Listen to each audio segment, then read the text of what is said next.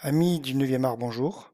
Je me présente, Christian Favrel, coloriste professionnel, et je vais vous parler donc du site Ulule et aujourd'hui de Tarzan. Tarzan par Gilles Kane, proposé aux éditions Néophélis. Donc, c'est une campagne qui a lieu depuis le 15, qui va durer 45 jours jusqu'au 30-10 et qui va vous permettre de vous faire découvrir en fait les inédits de Tarzan remasterisé avec deux versions, une version noir et blanc et une version couleur, plus un magnifique carnet de croquis qui est somme toute assez épais pour un carnet de croquis, car il fait pas loin de 200 pages. Aujourd'hui, je vais vous parler de mon travail et pour quelles raisons je vais travailler sur Tarzan. Donc, comme vous avez pu constater sur la campagne, il y a eu des mises en couleur qui ont été faites à l'époque et qui ont été extrêmement abîmé et tramé. C'est-à-dire que les trames et les couleurs ne permettent pas d'avoir une belle édition actuellement. Nous nous sommes rendus compte également qu'il y a beaucoup de problèmes de couleurs, c'est-à-dire des couleurs de vêtements qui changent énormément, avec parfois des dessins, des fonds qui ne sont pas peints, qui ont été oubliés, ainsi de suite. Donc mon travail a été de voir la version intégrale de la bande dessinée, de pouvoir justement travailler actuellement sur Photoshop en HD, donc je travaille à 600 dpi, et je vais être fidèle par rapport à la manière dont ont été colorisées les pages, c'est-à-dire de manière graphique, et de garder les plans, c'est-à-dire de marquer les premiers plans, second plan, troisième plan. Donc les premiers plans sont par exemple là le Tarzan qui est en bleu, et ensuite le troisième plan ça peut être des couleurs beaucoup plus pastel.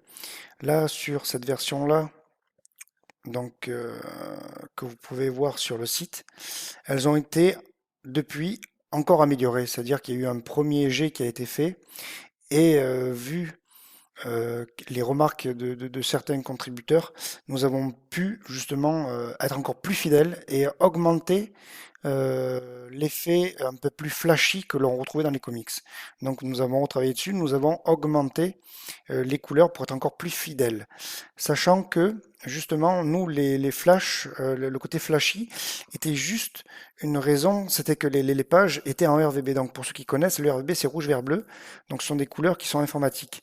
Lorsqu'on travaille en offset, nous travaillons en quatre couleurs, cyan, magenta, jaune et noir. Donc on ne peut pas avoir la même qualité de couleur, étant donné que ça va être sur du papier. Donc il y a une conversion, ce que je vais vous montrer maintenant, qui est effectuée.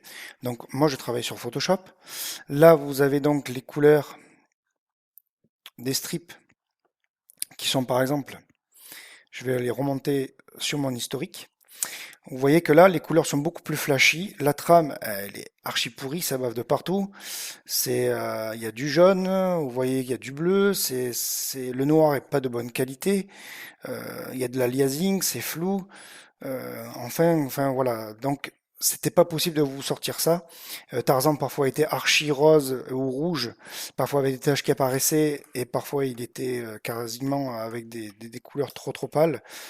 Le slip parfois était jaune, d'un coup il devient marron. Enfin, voilà. Donc mon travail à moi d'abord est de faire une conversion du fichier pour que on puisse avoir déjà des couleurs un peu moins flash, mais qui soient CMJN, donc imprimable papier. On ne peut pas faire autrement. En impression offset, on travaille en CMJN. Donc là, je vais vous montrer une page, je vais vous montrer une autre page pour vous montrer pourquoi je suis obligé de temps en temps de faire des compromis. Par exemple, nous avons un soldat ici avec la tenue qui est un bleu très bleu, vous voyez, un bleu avec beaucoup de rouge. Et là, un bleu enfin, qui est un bleu très clair. Donc, vous voyez la différence de couleur. À moi de voir à peu près l'ensemble de l'album, de voir les personnages et de faire un compromis pour que les plans puissent malgré tout être quand même présents et que ça soit lisible. Donc là, par exemple, je vais vous montrer une page qui est terminée, qui est ici. Voilà. Et donc, vous voyez que j'ai pu, en faisant un compromis, garder quand même une fidélité par rapport au bleu, mais tout en gardant de temps en temps un bleu en premier plan qui est beaucoup plus dense avec plus de rouge.